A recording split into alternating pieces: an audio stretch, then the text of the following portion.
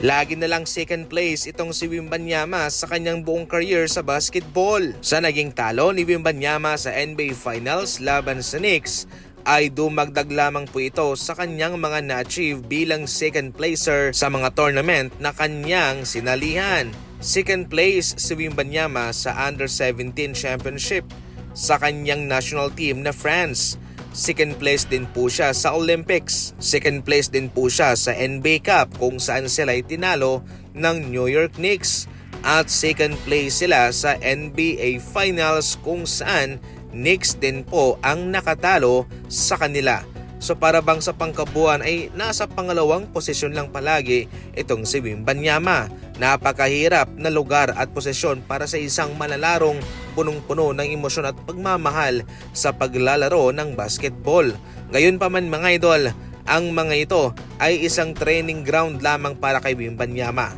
Yan po ang katotohanan dyan, na kahit na pangalawa lamang siya sa lahat ng mga ito ay dapat niya pa rin isipin na ito'y pagsasanay para sa kanya. Ang lahat ng ito ay hindi katapusan para sa kanya, kundi mga simula sa bagong yugto ng kanyang buhay, ng kanyang NBA career. 22 years old pa lamang itong si Wembanyama, kaya definitely marami pa siyang magagawa. At ang nangyari sa kanila sa NBA Finals ay isang malaking leksyon na mapupulutan niya ng aral. Kaya hopefully mga idol, balang araw ay makuha na ni Wembanyama ang kanyang inasam-asam na first place. Sa ibang balita naman, pinatunayan ng Knicks na sila ang nanalo sa NBA trade mga idol na kanilang ginawa.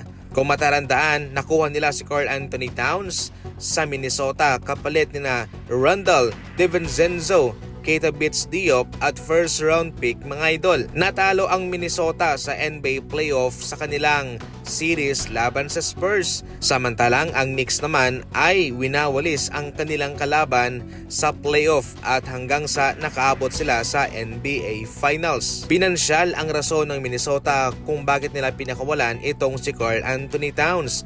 At para sa Knicks, yun huy nagbukas ng malaking oportunidad para magamit nila si Karl-Anthony Towns sa kanilang inasam-asam na NBA Championship kasama ang mga key pieces katulad ng Josh Hart, Brunson, OG, Anunoby. Ang magandang ginawa kasi rito ng Knicks ay naging healthy yung kanilang mga manlalaro, in which yung iba ay maraming mga na-injured.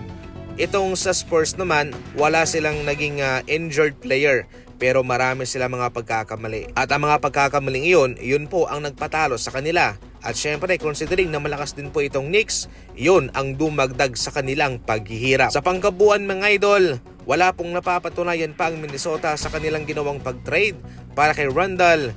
Ang Knicks naman ay meron na.